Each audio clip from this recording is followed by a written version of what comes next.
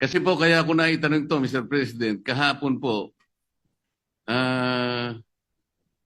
ayaw pa niyang aminin na dahil sa pagtatanong ko po na sa kanya, sinabi ko bakit lumilitaw kahit anong ibigay na ceiling ng DBM, pinapalitan mo, sabi ko sa kanya.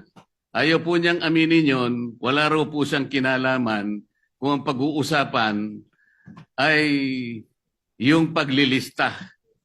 Wala raw siyang kinalaman. Ngayon po malinaw na nagsisinungaling talaga siya sapagkat naipakita ko po kahapon, Mr. President, lalong-lalo na po sa flood control projects, yun pong mga insertions, aminin man ya't hindi, ngayon po inapatunayan na natin, ay talagang siya po talaga yung gumagawa dahil siya po yung Undersecretary ng Planning Services.